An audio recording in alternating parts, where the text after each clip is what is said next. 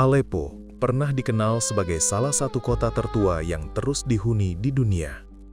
Selama berabad-abad, kota ini menjadi pusat perdagangan, budaya, dan kehidupan sosial di kawasan Timur Tengah. Letaknya yang strategis menjadikan Aleppo simpul penting jalur ekonomi antara Asia, Eropa, dan Mediterania. Sebelum konflik, kota ini dihuni jutaan penduduk dengan latar belakang etnis dan agama yang beragam, hidup dalam ritme urban yang relatif stabil. Namun, semua itu berubah secara drastis ketika gelombang konflik Suriah meluas ke wilayah utara negara tersebut. Apa yang awalnya dimulai sebagai protes politik di beberapa kota lain, perlahan berkembang menjadi perang berskala nasional. Ketika kekerasan semakin meluas, Aleppo yang semula berada di luar pusat pergolakan akhirnya tidak lagi dapat menghindar.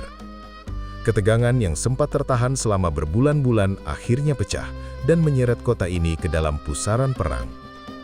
Dalam kurun waktu 2 tahun pertama konflik, jumlah korban jiwa di seluruh Suriah meningkat tajam dan mencapai angka ratusan ribu. Aleppo kemudian menjadi salah satu epicentrum pertempuran paling sengit. Kota ini bukan hanya diperebutkan karena nilai simboliknya, tetapi juga karena kepentingan militer dan ekonomi. Menguasai Aleppo berarti menguasai jalur logistik penting serta pusat populasi yang besar. Pemerintah Suriah di bawah kepemimpinan Bashar al-Assad menegaskan bahwa operasi militer yang dilakukan bertujuan untuk memberantas kelompok bersenjata yang mereka kategorikan sebagai teroris. Di sisi lain, kelompok oposisi bersenjata mengklaim bahwa perlawanan mereka adalah bentuk perjuangan terhadap kekuasaan yang represif. Seiring waktu, keterlibatan aktor asing mulai terlihat jelas. Dukungan militer dari sekutu pemerintah Suriah, termasuk Rusia, memperkuat posisi rezim dalam pertempuran terbuka. Sementara itu, berbagai kelompok oposisi mendapatkan bantuan dalam bentuk terbatas, baik berupa logistik maupun persenjataan ringan. Ketimpangan kekuatan ini menjadikan Aleppo sebagai medan perang yang tidak seimbang, di mana warga sipil seringkali berada di posisi paling rentan. Konsekuensi dari pertempuran berkepanjangan ini sangat nyata. Wilayah permukiman berubah menjadi zona tempur, bangunan sipil menjadi sasaran serangan, dan kehidupan sehari-hari kehilangan bentuk normalnya. Jalan-jalan yang dahulu ramai kini dipenuhi puing, sementara aktivitas ekonomi hampir berhenti total. Rasa aman menghilang, digantikan oleh ketidakpastian yang terus-menerus. Saat kota tersebut berada di titik kritis, melalui rangkaian peristiwa yang terjadi dalam rentang waktu tersebut, kita akan melihat bagaimana perang mempengaruhi struktur kota, dinamika kelompok bersenjata, serta kehidupan masyarakat sipil yang terjebak di tengah konflik. Ini bukan sekedar kisah pertempuran, melainkan gambaran tentang bagaimana sebuah kota besar perlahan kehilangan fungsinya dan berubah menjadi ruang krisis kemanusiaan. Aleppo bukan hanya latar peristiwa, tetapi contoh nyata bagaimana perang modern menghancurkan bukan saja bangunan dan infrastruktur, melainkan juga tatanan sosial yang telah terbentuk selama ratusan tahun. Kondisi keamanan di Suriah telah memburuk secara signifikan. Jalur masuk menuju Aleppo tidak lagi dapat ditempuh secara normal. Bandara ditutup. Jalan utama diawasi ketat oleh berbagai kelompok bersenjata, dan wilayah perbatasan menjadi satu-satunya akses yang masih memungkinkan. Dari sisi utara, perbatasan Turki berubah menjadi pintu keluar masuk manusia, logistik, dan informasi di tengah kekacauan perang. Wilayah ini dipenuhi oleh arus warga sipil yang bergerak tanpa kepastian. Banyak di antara mereka telah berpindah tempat berkali-kali mengikuti perubahan garis pertempuran. Tenda-tenda darurat berdiri di lahan terbuka, sekolah kosong, hingga bangunan setengah jadi. Anak-anak, lansia, dan perempuan mendominasi pemandangan, sementara kaum pria usia produktif seringkali tertahan di dalam negeri karena keterlibatan langsung atau tidak langsung dalam konflik. Perjalanan menuju Aleppo memperlihatkan transisi yang jelas dari wilayah penyangga menuju zona tempur aktif. Tanda-tanda kehidupan normal perlahan menghilang. Kendaraan rusak ditinggalkan di pinggir jalan, ladang tidak lagi dikelola, dan bangunan publik menunjukkan bekas hantaman senjata berat. memperjelas bahwa kota yang akan dimasuki berada dalam kondisi krisis total. Saat memasuki wilayah Aleppo, dampak perang langsung terasa pada skala perkotaan. Banyak distrik telah kehilangan fungsi dasarnya. Sistem distribusi energi nyaris tidak berjalan. Warga hanya mengandalkan waktu singkat ketika listrik menyala untuk mengisi ulang perangkat, memompa air, atau memasak makanan. Ketergantungan terhadap generator dan sumber alternatif menjadi hal umum, meski bahan bakar sangat sulit diperoleh. Ancaman serangan dari udara menjadi faktor dominan dalam kehidupan sehari-hari. Pesawat tempur milik pemerintah secara berkala melintas dan melakukan pengeboman ke area permukiman. Tidak ada pola waktu yang pasti, sehingga setiap aktivitas di luar ruangan selalu berisiko tinggi. Salah satu serangan menghantam bangunan hunian bertingkat, menyebabkan struktur runtuh dan menjebak puluhan orang di dalamnya. Proses penyelamatan dilakukan secara manual dengan peralatan seadanya dan seringkali terhenti karena kekhawatiran akan serangan susulan. Situasi pangan di dalam kota berada pada titik kritis. Rantai pasokan terputus, pasar tidak berfungsi normal, dan harga kebutuhan pokok melonjak tajam. Roti sebagai sumber kalori utama tidak lagi tersedia secara bebas. Untuk mencegah konflik internal, distribusi dilakukan melalui mekanisme terbatas yang dikontrol oleh kelompok lokal. Banyak keluarga harus mengurangi porsi makan atau mengandalkan bantuan informal dari jaringan komunitas. Sektor kesehatan mengalami tekanan yang sangat berat. Fasilitas medis rusak atau tidak dapat beroperasi secara terbuka karena risiko diserang. Perawatan korban luka dilakukan di lokasi tersembunyi, seringkali tanpa perlengkapan standar. Dokter dan tenaga medis bekerja dalam kondisi ekstrim menghadapi keterbatasan obat, listrik, serta alat steril.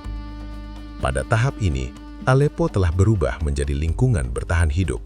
Setiap keputusan, mulai dari keluar rumah hingga mencari makanan, selalu diambil dengan mempertimbangkan risiko kematian.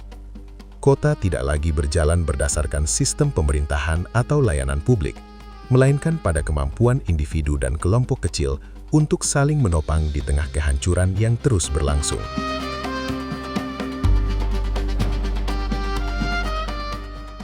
Seiring berjalannya waktu, wilayah Aleppo terbagi secara de facto ke dalam dua zona kekuasaan yang saling berhadapan. Pemisahan ini tidak ditandai oleh batas resmi, melainkan oleh area yang terus berubah mengikuti intensitas pertempuran. Beberapa lingkungan dikuasai oleh pasukan pemerintah, sementara distrik lain berada di bawah kendali kelompok oposisi bersenjata. Pembelahan ini menciptakan kondisi di mana satu kota beroperasi dengan dua realitas yang sangat berbeda. Pertemuan kedua kekuatan tersebut membentuk jalur konfrontasi yang membelah kawasan bersejarah Aleppo. Area ini menjadi medan tempur jarak dekat yang berbahaya. Tidak ada garis pertahanan permanen. Posisi bisa berpindah dalam hitungan jam, tergantung tekanan militer dan ketersediaan amunisi. Pertempuran jarang dilakukan dalam formasi besar. Sebaliknya, bentrokan berlangsung dalam skala kecil, seringkali dari balik bangunan atau lorong sempit. Di pihak oposisi, struktur tempur tidak menyerupai angkatan bersenjata konvensional. Unit-unit dibentuk secara lokal, beranggotakan warga setempat yang sebelumnya tidak memiliki pengalaman militer. Banyak dari mereka berasal dari profesi sipil dan hanya memiliki pelatihan dasar. Keterikatan mereka lebih didasarkan pada kedekatan wilayah dan hubungan sosial dibandingkan hierarki komando formal. Keterbatasan perlengkapan menjadi tantangan utama. Senjata ringan menjadi alat tempur dominan, sementara dukuhan senjata berat hampir tidak tersedia.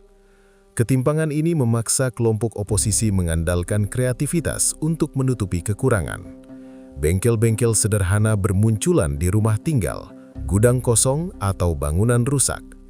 Tempat-tempat ini digunakan untuk memodifikasi persenjataan, memperbaiki peluncur rakitan, dan merakit alat tempur dengan bahan yang bisa ditemukan di lingkungan sekitar.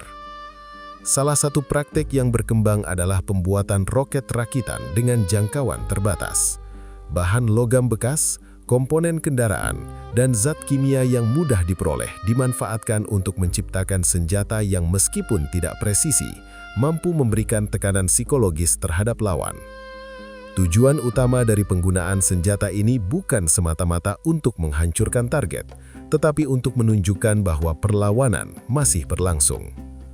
Kondisi di garis konfrontasi juga mempengaruhi kehidupan sipil yang tersisa. Banyak rumah berada tepat di antara kedua pihak, menjadikan kawasan tersebut tidak layak huni. Warga yang tidak mampu mengungsi terpaksa beradaptasi dengan suara tembakan, runtuhan bangunan, dan pergerakan pejuang di sekitar tempat tinggal mereka. Aktivitas sehari-hari harus disesuaikan dengan jeda pertempuran yang tidak dapat diprediksi. Dalam situasi seperti ini, batas antara kehidupan sipil dan keterlibatan militer menjadi semakin kabur. Beberapa warga beralih peran secara bertahap, dari sekedar bertahan hidup menjadi bagian dari struktur pertahanan lokal. Perubahan ini bukan didorong oleh ideologi semata, melainkan oleh tekanan keadaan dan kebutuhan untuk melindungi lingkungan tempat mereka tinggal. Pembelahan Aleppo dan ketimpangan kekuatan yang terjadi di sepanjang jalur pertempuran menciptakan dinamika konflik yang berlarut-larut.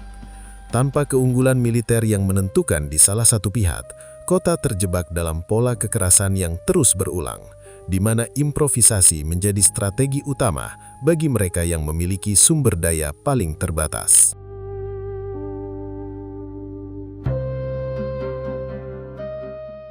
Pada akhir Januari 2013, sebuah kejadian mengubah suasana Aleppo secara drastis. Kekerasan yang sebelumnya berlangsung dalam bentuk pertempuran terbuka, kini memperlihatkan sisi lain yang lebih sunyi, namun jauh lebih mengerikan. Warga dikejutkan oleh temuan sejumlah jasad di sebuah saluran air yang melintasi salah satu distrik kota. Informasi ini menyebar cepat dari mulut ke mulut, memicu kepanikan dan rasa takut yang meluas.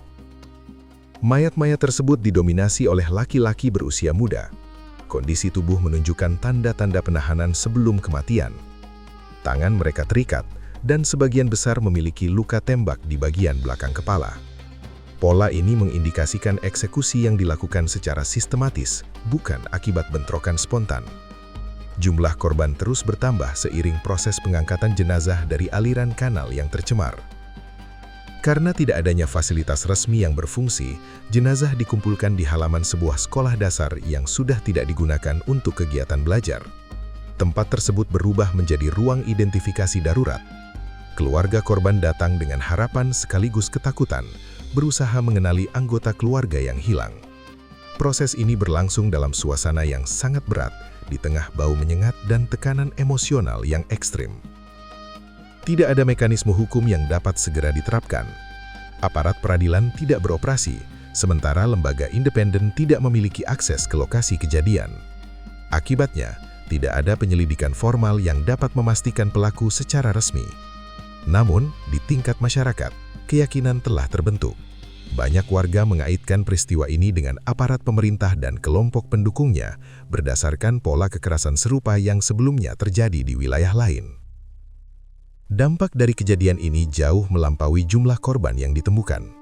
Rasa aman yang sudah rapuh semakin runtuh.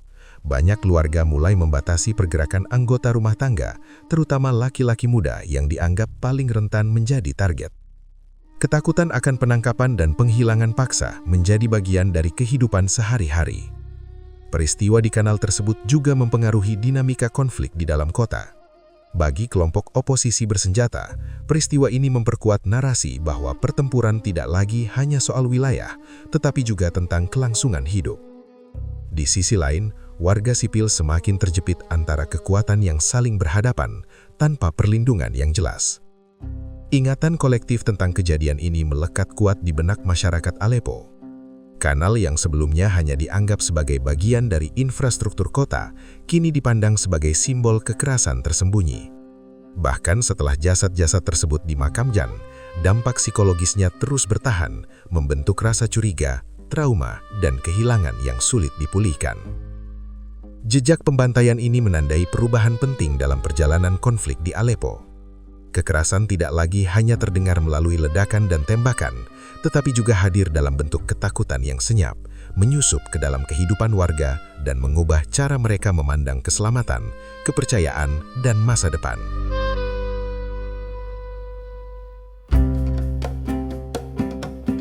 Di tengah tekanan psikologis yang terus meningkat akibat kekerasan dan kehilangan, kehidupan di Aleppo tidak sepenuhnya berhenti.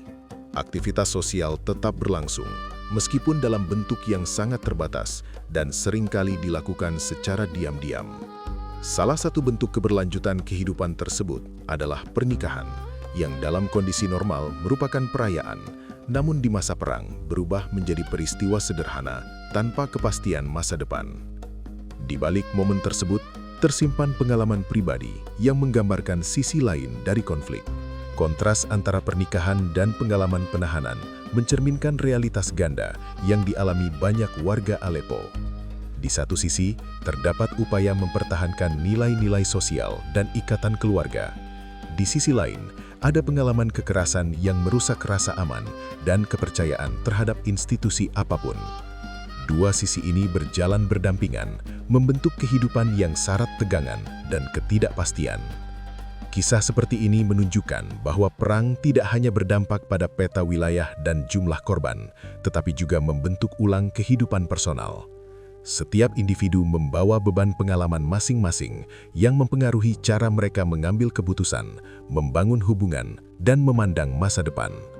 Di Aleppo, bahkan momen paling pribadi pun tidak pernah sepenuhnya terlepas dari bayang-bayang konflik.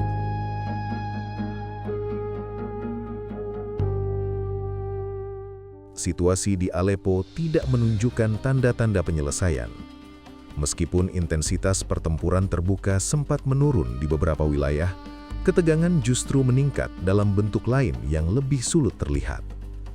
Perubahan yang paling terasa bukan pada pergeseran wilayah, melainkan pada cara konflik dijalankan.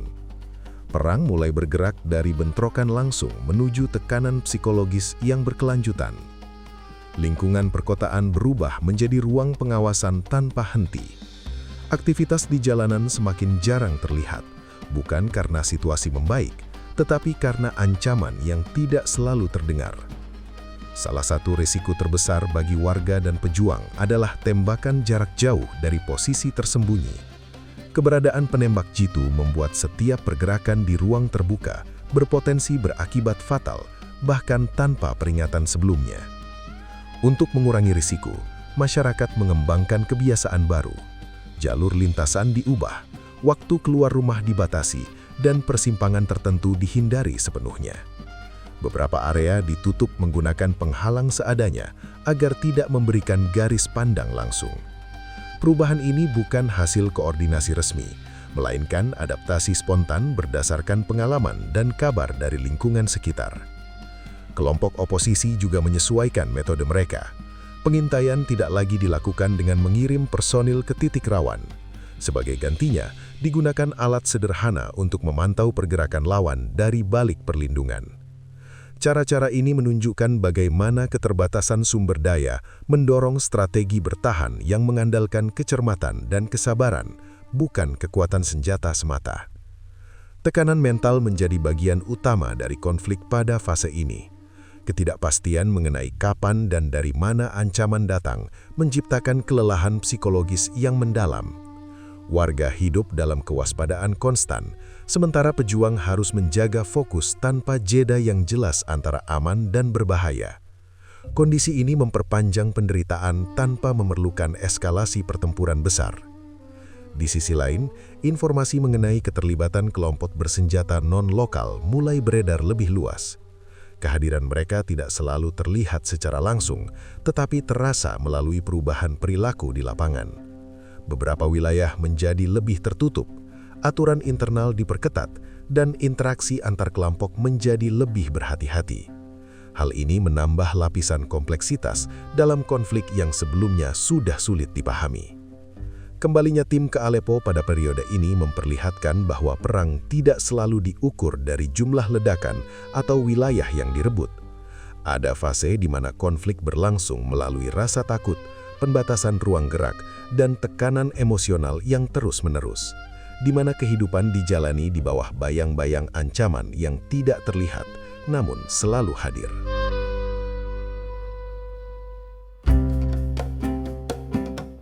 Ketika tekanan di ruang terbuka semakin berbahaya, pola pergerakan di Aleppo mengalami perubahan mendasar. Jalanan tidak lagi menjadi jalur utama aktivitas.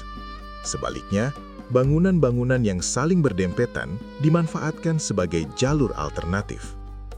Dinding rumah dilubangi untuk menciptakan akses antar struktur, membentuk jaringan internal yang memungkinkan perpindahan tanpa harus terlihat dari luar.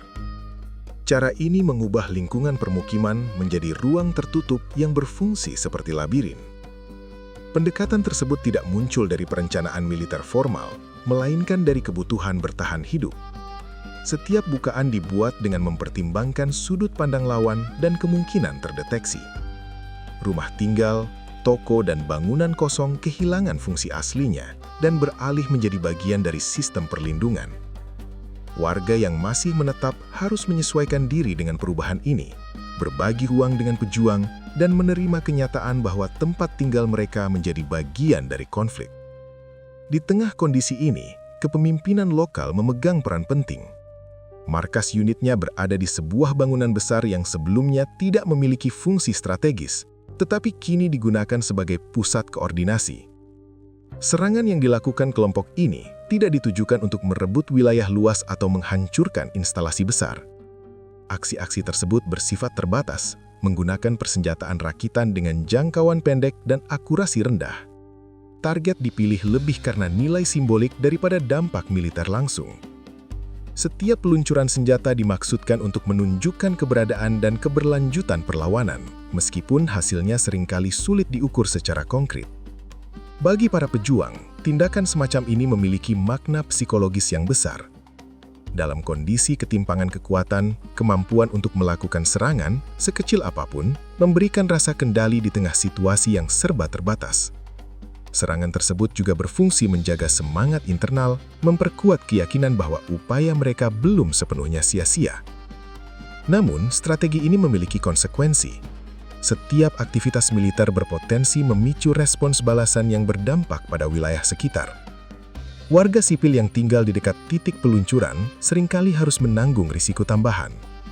Hal ini menimbulkan dilema yang terus-menerus antara kebutuhan mempertahankan tekanan terhadap lawan dan kewajiban melindungi masyarakat yang tersisa. Penggunaan ruang kota sebagai medan taktis mencerminkan perubahan karakter konflik.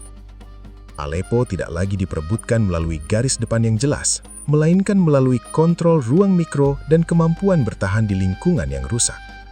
Strategi labirin dan serangan berskala kecil menjadi ciri khas fase ini, menunjukkan bagaimana perang beradaptasi dengan keterbatasan sumber daya dan kondisi perkotaan yang hancur.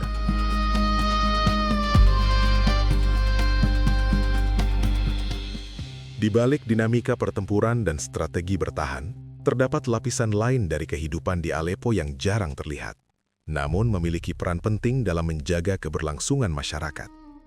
Ketika struktur negara tidak lagi berfungsi dan sistem bantuan resmi runtuh, inisiatif kemanusiaan muncul dari individu dan kelompok lokal. Mereka bergerak tanpa perlindungan, tanpa sumber daya memadai, dan seringkali tanpa pengakuan, namun menjadi penopang utama bagi warga yang paling terdampak. Setiap kegiatan distribusi dilakukan dengan resiko tinggi. Pergerakan harus direncanakan dengan cermat untuk menghindari area berbahaya. Tidak ada jaminan keselamatan, dan setiap kesalahan kecil dapat berakibat fatal. Namun kebutuhan yang mendesak membuat resiko tersebut tidak dapat dihindari. Bantuan yang disalurkan seringkali tidak mencukupi, tetapi cukup untuk mencegah kelaparan akut dan memberikan rasa bahwa mereka tidak sepenuhnya ditinggalkan.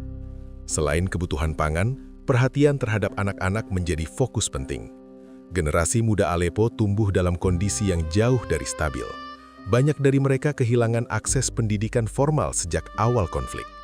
Untuk mengisi kekosongan ini, beberapa guru memilih tetap mengajar meskipun tanpa fasilitas yang layak. Ruang belajar dipindahkan ke bangunan kosong atau ruang bawah tanah, jauh dari standar sekolah pada umumnya. Kegiatan belajar dilakukan dengan metode sederhana, buku tulis terbatas, alat peraga hampir tidak ada, dan suara konflik kerap mengganggu proses pengajaran. Namun keberadaan aktivitas ini memberikan struktur bagi anak-anak, membantu mereka mempertahankan rutinitas di tengah kekacauan. Bagi para pengajar, tujuan utamanya bukan mengejar kurikulum, melainkan menjaga stabilitas emosional dan rasa normalitas. Upaya-upaya kemanusiaan ini juga berfungsi sebagai perekat sosial. Dalam situasi di mana ketidakpercayaan meningkat dan trauma menyebar luas, tindakan saling membantu mencegah fragmentasi total masyarakat. Solidaritas lokal menjadi mekanisme bertahan yang sama pentingnya dengan perlindungan fisik. Kemanusiaan di Aleppo tidak hadir dalam bentuk besar dan terorganisasi, melainkan melalui tindakan kecil yang dilakukan secara konsisten. Inisiatif ini tidak mampu menghentikan perang atau memperbaiki kerusakan skala besar, namun berperan menjaga martabat manusia di tengah kondisi yang terus memburuk. Di kota yang kehilangan banyak hal, upaya ini menjadi pengingat bahwa nilai kemanusiaan belum sepenuhnya lenyap.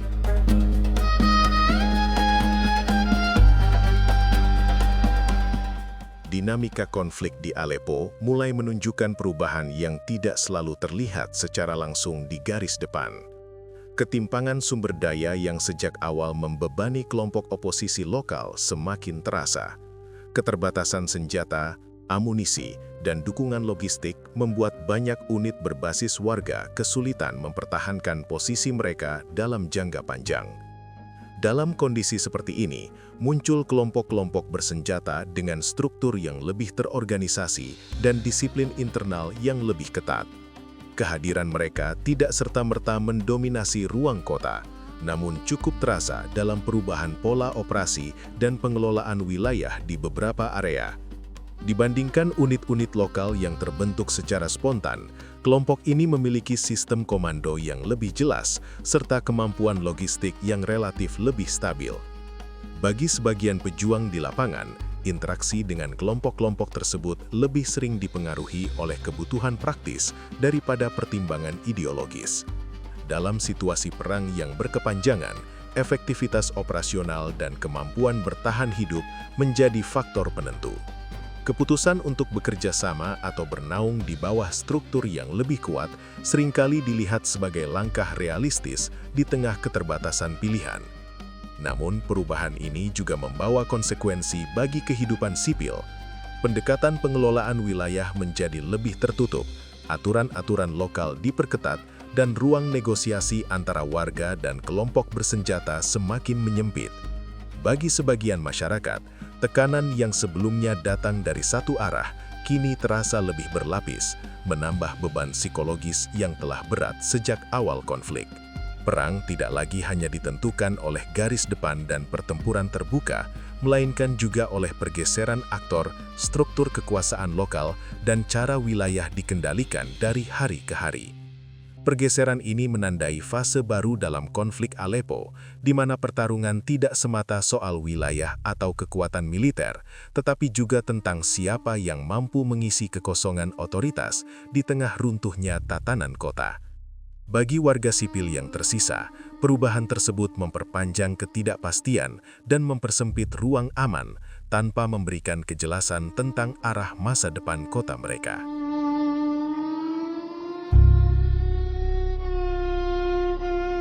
Aleppo berada dalam kondisi yang sulit untuk didefinisikan dengan satu kata. Kota ini tidak sepenuhnya runtuh, namun juga tidak lagi berfungsi sebagaimana mestinya. Tidak ada tanda bahwa konflik akan segera berakhir, dan tidak ada kejelasan mengenai pihak mana yang akan menentukan arah masa depan wilayah ini. Yang terlihat jelas hanyalah kelelahan kolektif dari masyarakat yang telah hidup terlalu lama dalam ketidakpastian. Setelah lebih dari 1 tahun pertempuran intens, Aleppo berubah menjadi ruang yang dipenuhi jeda tanpa kepastian. Tidak ada kemajuan besar, tidak ada solusi politik yang terlihat, dan tidak ada perlindungan efektif bagi warga sipil. Kehidupan berjalan dalam skala minimum, terbatas pada upaya mempertahankan eksistensi dari hari ke hari. Bagi banyak orang, bertahan hidup menjadi satu-satunya tujuan yang realistis. Perhatian dunia internasional terhadap Aleppo mulai memudar seiring munculnya krisis baru di tempat lain. Pemberitaan berkurang, tekanan diplomatik melemah, dan konflik ini perlahan berubah menjadi perang yang dinormalisasi. Bagi mereka yang masih berada di dalam kota, rasa ditinggalkan menjadi beban tambahan di atas penderitaan yang sudah ada. Tidak ada lagi harapan akan intervensi cepat atau bantuan besar yang mampu mengubah situasi secara signifikan. Struktur sosial Aleppo mengalami perubahan mendalam. Hubungan antar warga dibentuk ulang oleh trauma, kehilangan, dan kebutuhan untuk saling bergantung. Generasi muda tumbuh tanpa pengalaman hidup normal, sementara orang dewasa harus beradaptasi dengan peran-peran baru yang dipaksakan oleh keadaan. Kota ini tidak hanya kehilangan bangunan dan infrastruktur, tetapi juga kesinambungan sejarah sosialnya. Konflik di Aleppo memperlihatkan bagaimana perang modern tidak selalu berakhir dengan kemenangan yang jelas. Sebaliknya, ia sering meninggalkan wilayah abu-abu di mana kekerasan berlangsung tanpa arah yang pasti dan penderitaan menjadi kondisi permanen. Dalam situasi seperti ini, kerusakan tidak hanya bersifat fisik, tetapi juga psikologis dan struktural, mempengaruhi cara masyarakat memandang masa depan. Aleppo pada periode ini menjadi cerminan dari kegagalan kolektif dalam melindungi warga sipil di tengah konflik bersenjata. Kota ini bukan sekedar korban pertempuran lokal, melainkan bagian dari dinamika geopolitik yang lebih luas, di mana kepentingan regional dan internasional saling bertabrakan tanpa mempertimbangkan dampak jangka panjang bagi penduduknya.